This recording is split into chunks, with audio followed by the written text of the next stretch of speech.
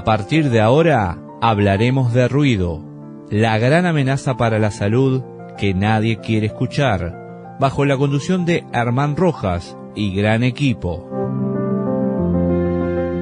Un saludo a toda nuestra audiencia de diferentes partes de América Latina y en España, diferentes activistas a favor de esta causa contra el ruido y la contaminación ambiental en general. Hoy tenemos el gusto de tener el segundo episodio con la doctora Isabel Palacios, que es bióloga, doctora en Ciencias de la Universidad de Sao Paulo y es docente de la Universidad de Antioquia.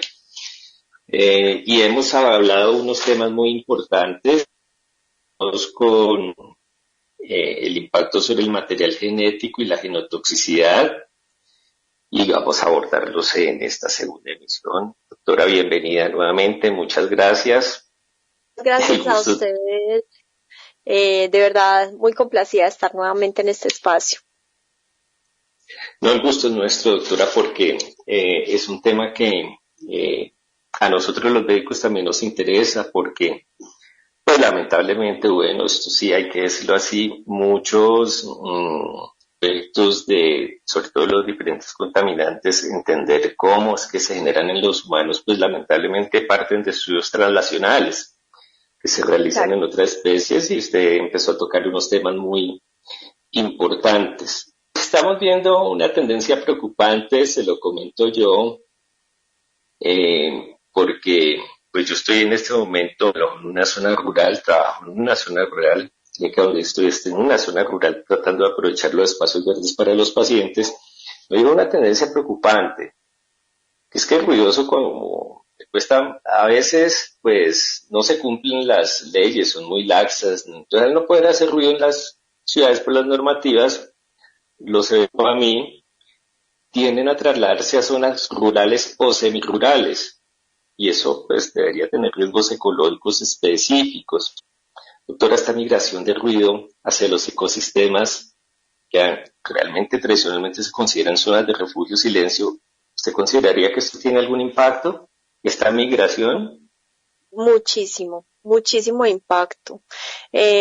Bueno, la entrevista pasada hablamos sobre algunos de los impactos que pueden tener. Incluso se ha demostrado que en zonas que son áreas verdes protegidas ya se está evidenciando el impacto del ruido sobre las especies naturales, ¿cierto? Entonces, cómo el ruido puede provocar, por ejemplo, esos cambios en la composición de la comunidad, ¿cierto?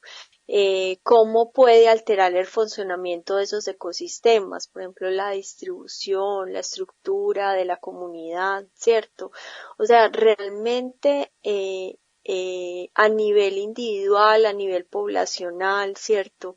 Hemos visto como numerosas especies de aves, no solamente mamíferos, ¿cierto? Modifican mucho la frecuencia, modifican la amplitud o modifican también como ese ritmo de sus señales para poder compensar el ruido, ¿cierto? Entonces, indica o eso, digamos que genera costos energéticos adicionales, incluso posibles pérdidas de información en la señal, ¿cierto? Entonces, allí se ve afectado el éxito reproductivo, se ve afectado, por ejemplo, el éxito de nidificación, o sea, en aves esto es muy importante, ¿cierto? Dificultades para encontrar pareja, el estrés crónico también, así como en las poblaciones humanas, en las poblaciones naturales hay un impacto importante del ruido en el estrés, ¿cierto? Sabemos que incluso el ruido puede cambios, por ejemplo, en el comportamiento, ¿cierto? Puede generar cambios, por ejemplo, en aumento de la frecuencia cardíaca, alteraciones hormonales, tratamiento del sistema inmunitario, como lo que ocurre con los humanos, ¿cierto? Entonces, en general, afecta el bienestar de las poblaciones, ¿cierto? Entonces sí es muy importante y saber sobre todo que en esas zonas que incluso son zonas protegidas, que son zonas que, bueno, donde supuestamente se resguarda la diversidad de un país, pues también los efectos del ruido están presentes. Es bastante complicado porque, pues yo se lo digo, si comparamos a los humanos con las demás especies vivas, digamos, estamos hablando de un factor estresor, un estresor ambiental que es el ruido, ¿sí? Y Sí, todos los factores ambientales, digamos, ante los cuales tenemos que protegernos, eh, nos defendemos de dos maneras, por medio de mecanismos de defensa psicológicos, adaptativos y del comportamiento, y por medio de defensas biológicas, porque el ruido genera, pues encadena una serie de respuestas biológicas. Pero es que las demás, es decir, por ejemplo, si uno está en una parte y escucha por allá en una cantina que está sonando ruido determinado y uno se siente incómodo y dice, qué cosa tan cansona, pues me voy a meter aquí a este sitio, uno logra identificar cuál, hace como una predicción de cuánto tiempo puede durar el evento, migra, sabe qué es lo que está pasando. Psicológicamente tiene muchos recursos adaptativos que no lo tienen las demás especies. Y pues esta es una presunción mía. Desde luego, yo no soy biólogo, pero a mí me parece que si las otras especies carecen de esta capacidad predictiva de entender, interpretar racionalmente el mundo como lo podemos hacer los seres humanos, yo creo que ellos están mucho más propensos a los efectos de la contaminación ambiental y para ellos de dónde proviene, cómo adaptarse, quedan completamente confundidos. Quizá podrían estar más amenazados que nosotros mismos. bueno, usted sabe que los animales también tienen una capacidad de adaptación increíble. De hecho, eh, funcionando con los humanos pasa también con los animales, ¿cierto? Por ejemplo, cuando Interesante. hay una gran intensidad o el ruido persiste, ¿cierto? Entonces muchas especies evitan como esas áreas ruidosas. Esto tiene un impacto obviamente negativo, pierde, digamos, hay una pérdida funcional del hábitat, ¿cierto? O sea, un hábitat que está completamente funcional, pues ya las especies no están habitando ese hábitat, entonces hay fragmentación de poblaciones, cambios en la estructura de las comunidades. También es interesante porque muchas aves se sabe que pueden como adaptarse a esas, y sobre todo aves urbanas y periurbanas se adaptan mucho a ese ruido. Por ejemplo, adelantan sus horarios de canto. Entonces, para poder evitar el ruido producido con el tráfico, entonces cantan antes de que el tráfico intenso comience. Otras especies, por ejemplo, modifican sus cantos, ¿cierto? O empiezan a cantar mucho, pues como para sobreponer a del tráfico, ¿cierto? Obviamente, y esto es muy importante, es que hay especies que se adaptan bien a esas condiciones de ruido, pero hay otras especies donde el impacto es muy grande. Especies endémicas, por ejemplo, hay algunos estudios que muestran el impacto del ruido sobre especies endémicas que ha sido, eh, son especies que tienen una distribución muy limitada, ¿cierto? Entonces, donde sus poblaciones se reduzcan, pues esto, digamos, a la extinción de la especie a nivel global, porque son especies endémicas, ¿cierto? Pero también, como le digo, las especies, muchas se adaptan, ¿cierto? Se ha visto como ellas empiezan a cantar mucho más alto, o cambian la frecuencia, o cambian los horarios, ¿cierto? Eso no implica que no haya consecuencias, ¿cierto? Pero terminan adaptándose. Eh, Podríamos decir que el símil comparativamente con los humanos es ponen a prueba todos los recursos alostáticos que tienen, estaba subestimando la mente que tienen los animales de poder predecir o anticipar. Digamos, ellos también pueden adaptarse, al igual nosotros los seres humanos. También hay adaptaciones como, por decirlo así, tanto psicológicas, quizá los animales también estar, en cuáles no, o anticipar a qué sitio vale la pena ir y no ir. Pero a la larga, esta sobrecarga, de todas maneras, no deja de ser un estresor, no deja de ser un perturbador, y pues esta Claro. sobrecarga alostática que se impone sobre los sistemas biológicos internos de las especies, psicológicos, si podríamos llamarlo así, de todas maneras, implica un desgaste energético y a la larga consecuencias a largo plazo, porque pues en los seres humanos el efecto del ruido es acumulativo. Es decir, eso no es que suceda de un Exactamente, día para otro, y supongo que en los animales pasará exactamente. exactamente lo mismo. Igual, es lo mismo. Y ahí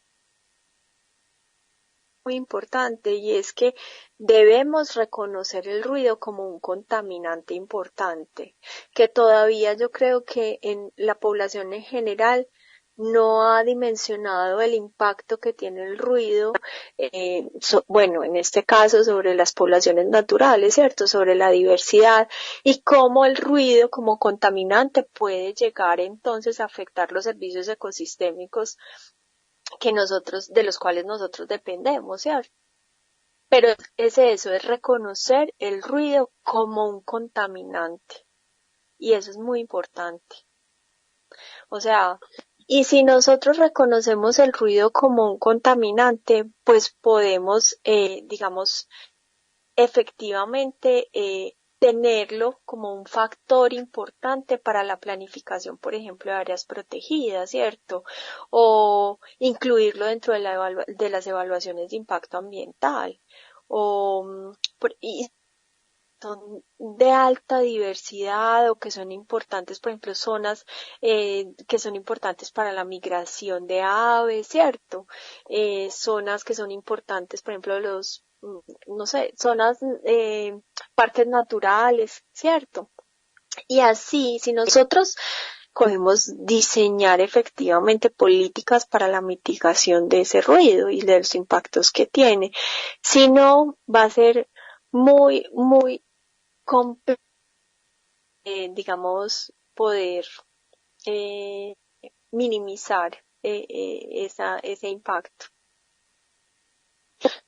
Pero el asunto parece un poco complicado, doctora, no sé, pero me parece que las autoridades no parecieran reconocer eso. De hecho, la ley de delitos ambientales y su inaplicación que hay en Colombia, por ejemplo, ley 599 del 2000, que es el Código Penal colombiano, en el título 11 contempla penas de prisión para delitos contra los recursos naturales y el medio ambiente. Y en el artículo 334 habla sobre la contaminación acústica. Esto claramente se judicializa.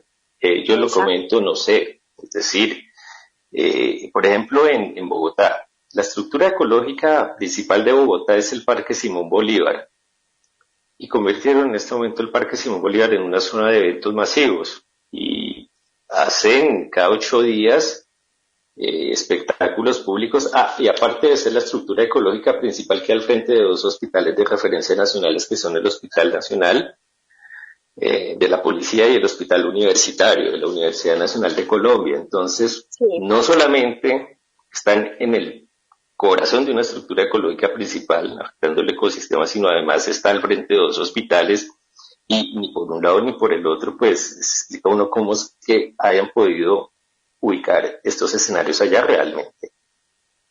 Por sí es ejemplo, en este cierto. caso, doctora, la estructura ecológica principal de Bogotá, que supone que es el Parque Simón Bolívar, ¿ha tenido algún conocimiento de esto? Tiene habido muchas denuncias al respecto. No, realmente no sé qué denuncias hay específicamente. Falta gobernanza, efectivamente. Yo creo, doctora, que pues es que desde el año 73 en Colombia se viene considerando el ruido como un factor de riesgo no solamente para la salud humana, sino para los ecosistemas. Llevamos más de 40 años haciendo pedagogía y todavía no hemos logrado entenderlo. Ahorita salió la ley antirruido.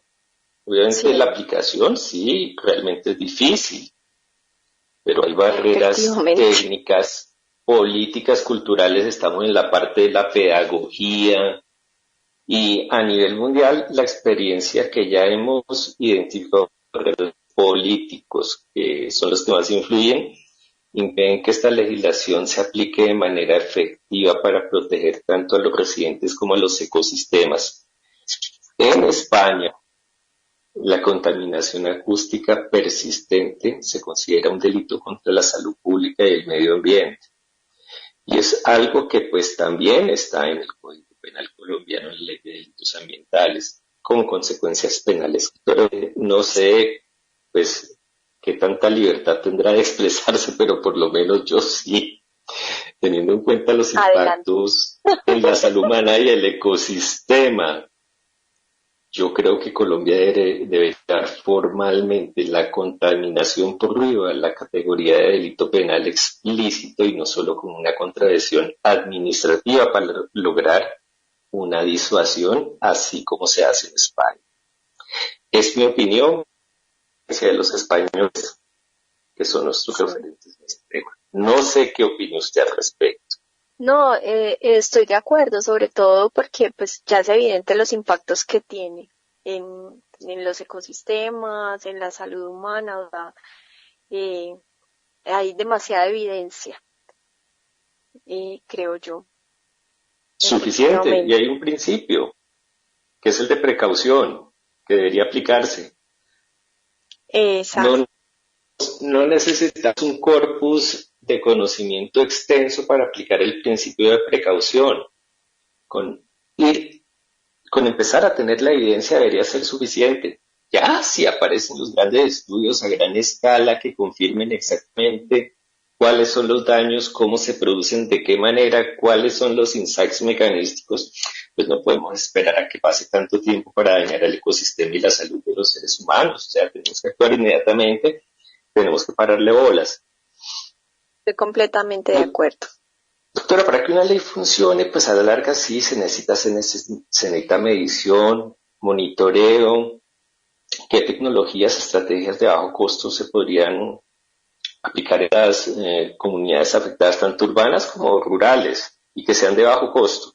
Para generar evidencia científica y legal necesaria, la ley contra el ruido ya por lo menos eliminó que no era necesario utilizar los sonómetros debidamente el comparendo, pero hasta eso tiene problemas. Pero ¿qué técnicas de monitoreo se podrían implementar para generar evidencia científica tanto legal y administrativa para poder aplicar sanciones efectivas?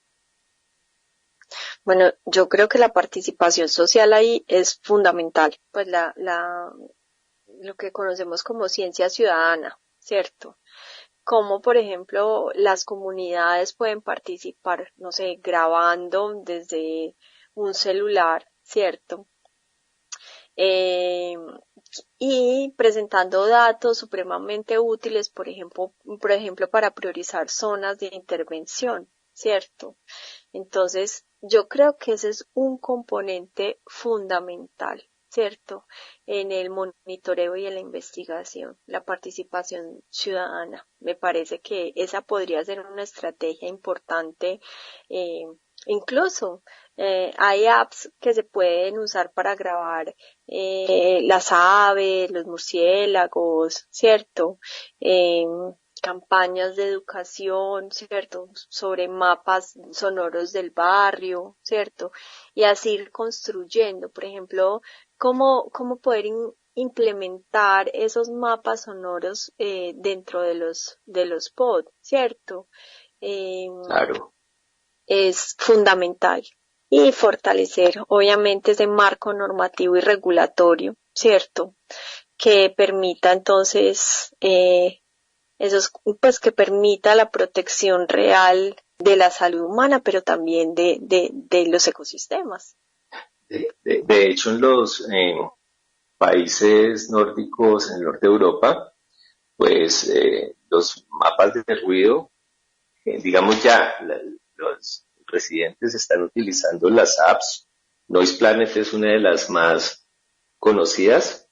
En España hay una que se llama Noise Capture, que es muy fácil como de estandarizar, que es una app con respecto a un sonómetro debidamente calibrado que permite hacer mediciones y que con respecto al ruido es que hay, usted me dirá, doctora, pero es que pues es muy diferente medir la concentración del material microparticulado en el aire, que más o menos tiene como unas unas fluctuaciones en la concentración en el tiempo, pero no Sí, varía tanto como el ruido. Y yo creo que sí, realmente necesitamos empezar a implementar las ciudadanas, de ir concientizando a la ciudadanía para ir haciendo mediciones en tiempo real y permitir que las autoridades como que actualicen toda esta información que podría ser exacto. utilizada como para predecir mapas y diseños de zonas más protegidas y delimitar mejor las áreas, ¿no cree? Claro, claro. O sea, es supremamente importante entonces establecer esas redes de monitoreo acústico en ciudades o incluso pues en zonas prioritarias, ¿cierto? Eh, que nos permitan pues identificar, por ejemplo, puntos críticos de perturbación, que nos permitan identificar tendencias, ¿cierto? Tendencias, por ejemplo, estacionales, tendencias anuales que aún no conocemos o no tenemos, por ejemplo, en países como el nuestro. Doctora, de las especies que usted ha tenido la oportunidad de tener información, de papers o conocimiento que tenga sobre el hecho que sean afectadas por el río, usted mencionó las especies endémicas, supongo serían como especies en ciertos sitios, digamos como zonas selváticas, ¿sí? Pero, ¿qué especies considera usted que son como las más afectadas? Ha dicho usted que unas se adaptan mejor que otras, pero hay unas que definitivamente les cuesta mucho trabajo. Sí, hay especies que definitivamente, y son especies, por ejemplo, algunos anuros, ¿cierto? Como ranitas o sapitos, eh, porque ellos utilizan mucho la vocalización. Entonces digamos que es importante para ellos y a ellos les ha costado. Yo no tengo en este momento en la mente la especie exacta, ¿cierto? No la tengo acá como disponible, pero sí hay grupos de especies que se han como investigado muchísimo más, incluso acá en Colombia. Por ejemplo, el cucarachero, ¿cierto? Que es ese pajarito que es bien común, ¿cierto? Y que es muy típico en ambientes urbanos y perurbanos, sobre todo pues aquí en zonas andinas, ¿cierto? Y ellos tienen, digamos que, impactos en la disminución de la eficacia de la comunicación. Hay otros, eh, por ejemplo, sí, algunas aves que no necesariamente tienen que ser endémicas, pero sí aves nativas, ¿cierto? Que están en zonas, por ejemplo, en zonas verdes de ciudades como Bogotá, Medellín, ¿cierto? Donde el ruido del tráfico es supremamente intenso, ¿cierto? Entonces, la riqueza y la abundancia, digamos que ha disminuido o la diversidad también en esas zonas de áreas metropolitanas, ¿cierto? Em, eh, bueno, una cosa muy importante es que nosotros nos hemos dedicado a hablar de especies terrestres, ¿cierto?